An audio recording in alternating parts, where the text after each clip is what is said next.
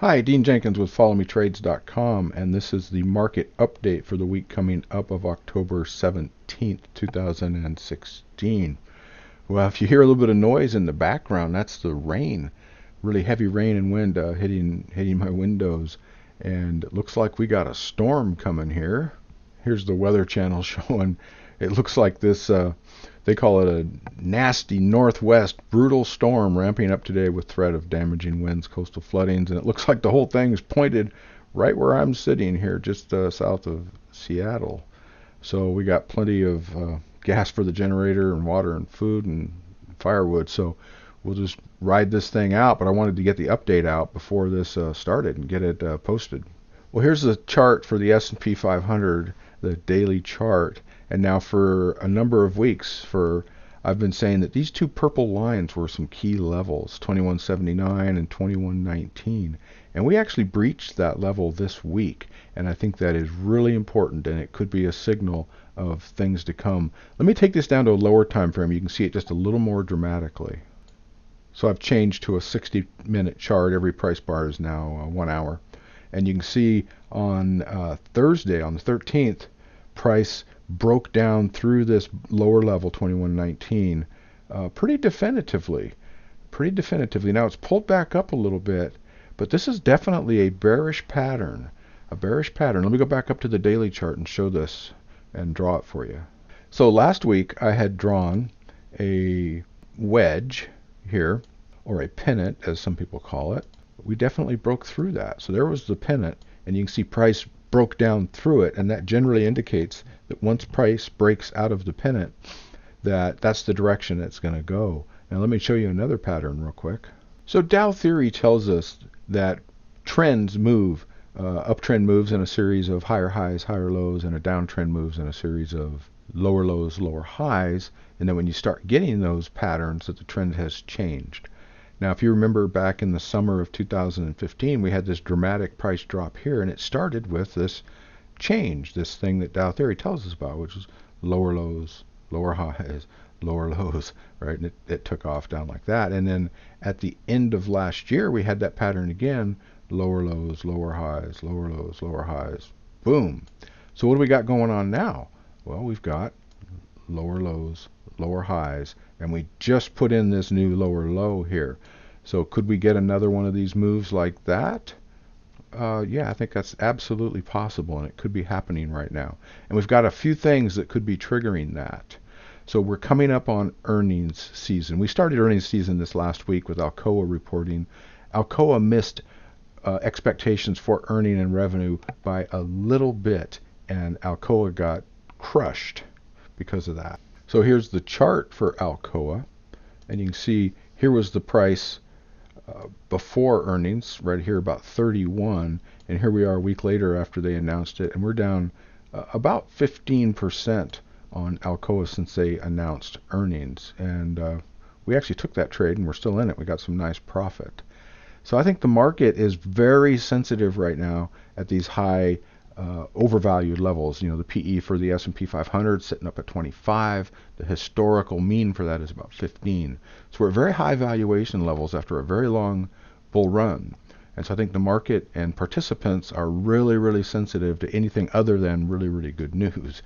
And we're worried about the presidential election, about interest rates, about valuation, lots of things to be concerned about in the market.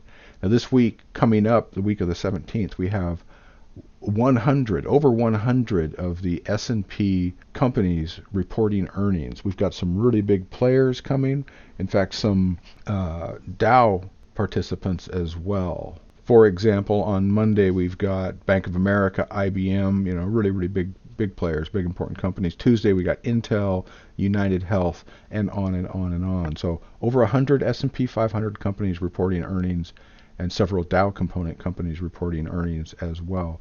And so any hint of anything other than good news, I think even neutral news, and certainly any news that hints of you know, slowing down of the economy, slowing down of earnings for companies, could trigger a pretty good sell-off in the market. And of course we've got the presidential election looming. Just 16 trading days until the presidential election, and that's certainly going to cause some volatility, regardless of who gets elected. There's going to be some volatility around the election.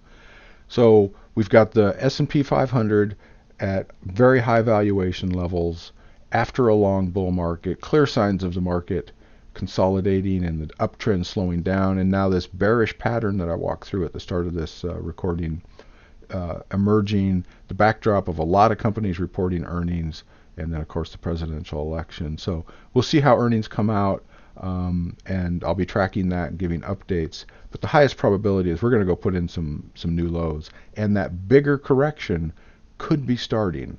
It could be starting. Let's just review that really quick. So here's the S&P 500 on a weekly chart, and here's this 7.5-year bull run. Clear evidence that we're losing momentum. It is not the straight upward move that we had before. It is consolidating up near the top. On the daily chart, we saw a very specific bearish pattern forming. And so if we do get this correction to start on this weekly chart, the targets for it are between these two blue Fibonacci lines, 38.2 to 61.8 retracement. And that takes us down to 1674, down to the high 1300s on the S&P 500. Pretty substantial drop. So is this starting yet? Not sure, but certainly on the daily chart it looks like we've got at least some more, an intermediate downtrend starting, and maybe this big correction getting started. So time will tell. We'll have time. But right now I'm certainly taking trades primarily to the downside. I've got some longs in specific sectors that are going up, but primarily to the downside, and we're already seeing some nice profit in those. Let's jump over now and take a look at gold and then oil, as always. So I've been saying now for a couple of months now that I thought gold had put in a high up here back in July, and we've got clear evidence, lower lows, lower highs, lower lows, lower highs, lower lows, and continuing down. Now I think it will continue, and this is what I said last week, to work its way down a little bit, maybe drift sideways without direction.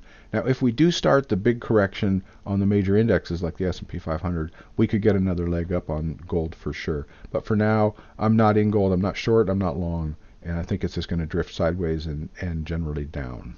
I said I was long on specific sectors. Oil is one of them. So oil is showing every sign that the next leg of the uptrend is clearly underway. I had said that this level 48.36 was key. We broke through that week before last, and I said, hey, looks like it's underway right now. Higher highs, higher lows, higher highs. And so we could see another leg like this taking us up into the low 60s to the low 80s. And that's what it looks like on the larger time frame charts. We got clear bullish divergence, bullish momentum starting. Again, this Dow pattern, we're up above the Ichimoku cloud. Everything's pointing to new highs in oil, or recovery in oil, not new highs. The highs are back at 120 a barrel or something, but a continued recovery in oil and increasing prices. Well, that's the update for this week. Thanks for tuning in, and it'll be really interesting as all these earnings reports come out through the next week. I think we will see some volatility and some price movement, and I think the high probability is to the downside. So stay tuned. Send me your questions and comments, please. Dean at followmetrades.com. I answer every email that I get, and I look forward to hearing from you. And I'll give you the next update next week or midweek. If something really dramatic happens, I'll publish an update then. Thanks, and we'll catch you later.